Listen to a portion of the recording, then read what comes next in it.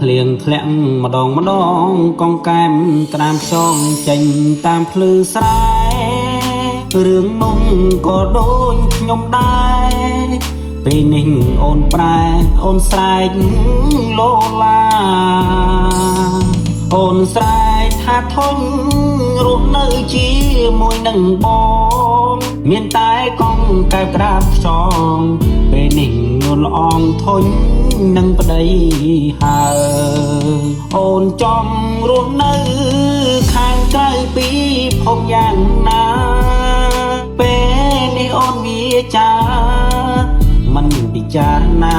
នឹងសំដីអូនឆ្លើយលះមិនទាំងត្រង់ណាឡើយ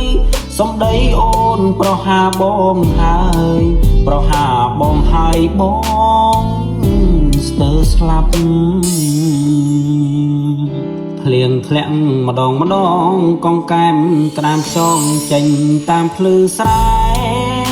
រឿងនោះក៏ដូចខ្ញុំដែរពេលនេះអូនប្រែអូនស្រែកលោឡាអូនស្រែកថាធុញរស់នៅជាមួយនឹងបងមានតែកងកែបក្តាបខ្យងពេលនេះនួនល្អងធុញនឹងប្តីហើយអូនចង់រស់នៅខាងក្រៅពីភពយ៉ាងណាពេលនេះអូនវាចាមិនពិចារណានឹងសំដីអូនឆ្លើយលះមិនទាំងត្រង់ណាឡើយសំដីអូនប្រហាបងហើយប្រហាបងហើយបងស្ទើរស្លាប់